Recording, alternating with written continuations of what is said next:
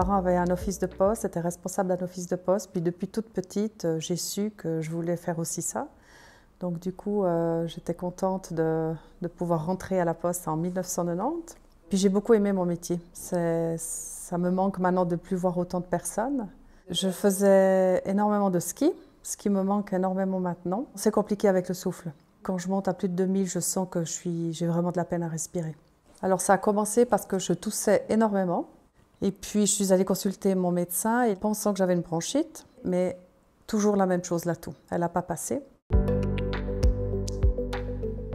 Et puis c'est là qu'ils se sont aperçus qu'au niveau de mes poumons, ils avaient déjà été fibrosés.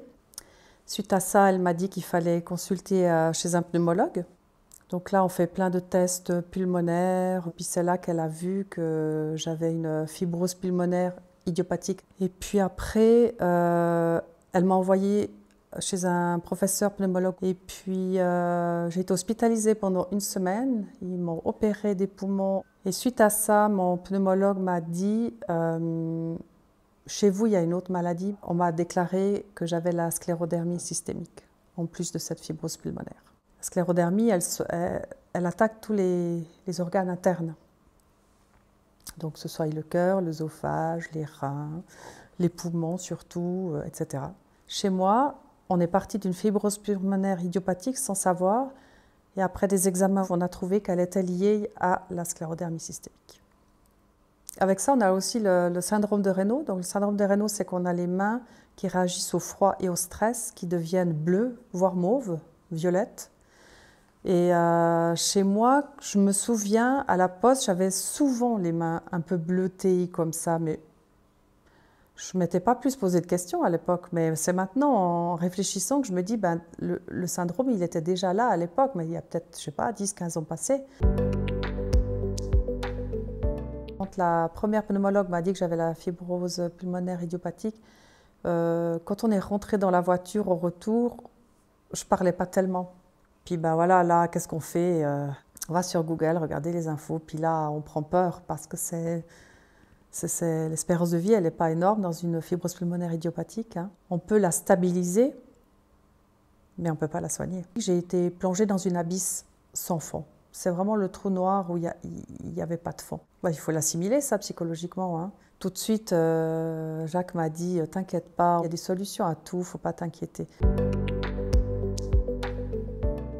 Alors au début, je me suis tournée vers Maraval, cette association donc Maladies Rares Valais. Et puis elle m'a beaucoup écoutée, elle m'a dit pas de souci, vous pouvez venir en discuter. Et après j'ai été sur Internet. Ce que je ressens à l'intérieur de moi, il n'y a que ceux qui ont la même maladie qui peuvent me comprendre et avec mes mots, quoi. Et puis du coup, je suis tombée sur un forum et je ne sais pas pourquoi, j'ai écrit à une personne qui se trouve être Chantal, mon amie, qui habite au Québec. Mais pourquoi elle, j'ai continué d'entretenir des liens comme ça, je ne veux pas l'expliquer, je pense qu'on nous met des gens sur notre chemin de vie. Mais là, ce n'est pas pour rien. Pour moi, c'est vraiment une sœur de cœur, je le dis dans mon livre, le titre de mon livre, c'est Sœur de cœur. Moi, j'ai écrit ce livre pour redonner de l'espoir aux gens qui sont malades, peu importe la maladie, finalement, on ne parle pas forcément que de cette maladie-là, ça peut être n'importe quelle maladie. J'ai aussi écrit ce livre pour continuer de soutenir ces gens, de les soutenir vraiment au quotidien.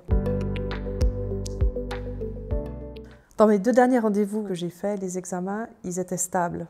Donc on voit que quand même mes poumons acceptent le traitement et j'espère que ça va continuer encore longtemps. Je suis rarement à m'apitoyer sur mon sort, je ne suis pas une personne qui se plaint facilement. On a recommencé à faire des voyages et ça nous a fait du bien, ça m'a fait du bien. On profite de faire des choses et ça nous a redonné, moi en tout cas, un peu de l'espoir et du goût à la vie. Et surtout, n'attendez pas vos premiers symptômes, mais informez-vous.